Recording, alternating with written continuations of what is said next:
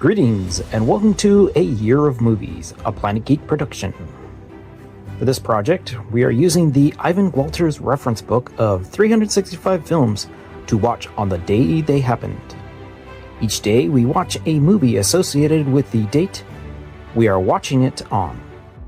And as it is the 12th of May, we are going to be watching The Terminator from 1984, directed by James Cameron and starring Arnold Schwarzenegger.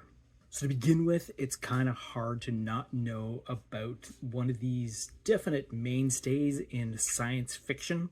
It is a movie that not only started a career, well, technically at a start of a career for both James Cameron and Arnold Schwarzenegger, as well as a great other number of people that are involved in this movie.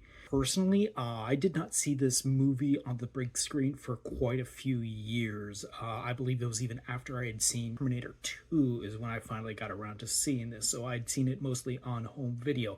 I'm pretty sure the first time I saw this was a VHS rental over at a friend's house for a sleepover. But until around Terminator 2, I don't think I actually saw a widescreen version of this movie until that point. So up until then, I'd always seen a pan and scan or some sort of horribly edited up version for late night television or something like that. But definitely one of the favorites in my science fiction movies. So that being said, not only does this movie star Arnold Schwarzenegger, but it also stars Michael Biehn, Linda Hamilton, Aaron Bowen, Paul Winfield, Lance Henriksen, and Bess Mota.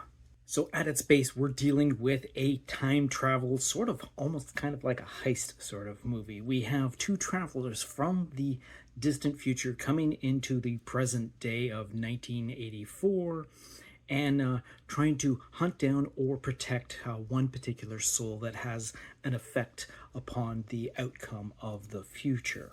Now, this movie is so beautifully done on what it is allowed to. Its budget is very minor. I mean, actually quite impressive for what it is, and it's even more impressive what James Cameron pulls off for it.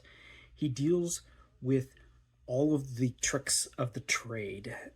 Future versions of James Cameron's work are all basically blueprinted from what we see in The Terminator. We get not only a great cropping of wonderful character actors that James Cameron loves to use throughout. We actually have quite a few of the core characters involved in this particular movie to begin with, but he uses his budget to his advantage.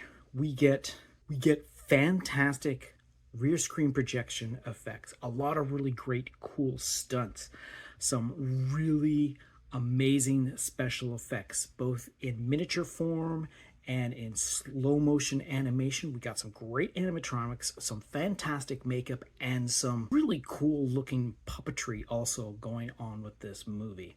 And again, centered around this dramatic action-packed movie that moves at a pretty much non-slowing rate from the get-go.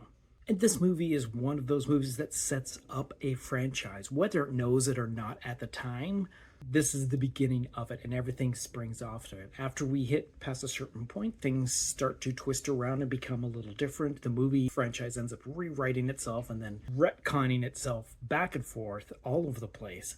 But this is what we have as the core ideals of the universe of which this movie exists, and it's such an entertaining time. It is quite dated. Again, we are dealing with a 1984 movie, and this definitely looks like a 1984 movie, which is quite impressive to begin with. But as we move forward, we progress through time to get to subsequent sequels and whatnot. So it works perfectly well for this movie being locked in the time that it is, because, again, future versions take place along its current timeline in time, so everything ages appropriately, which is a fascinating thing that one rarely gets on a movie that lasts this long. And it's at the very beginning of the movie when our two time travelers arrive in Los Angeles on May 12th, 1984, which is about 3 minutes into this 1 hour and 47-minute movie. And on that note, we're going to wrap up this particular episode and look off into the future to see what we're going to be watching for tomorrow, which is the 13th of May, and that is going to be The Bridge for the River Kwai from 1957. So until next time, go see a movie.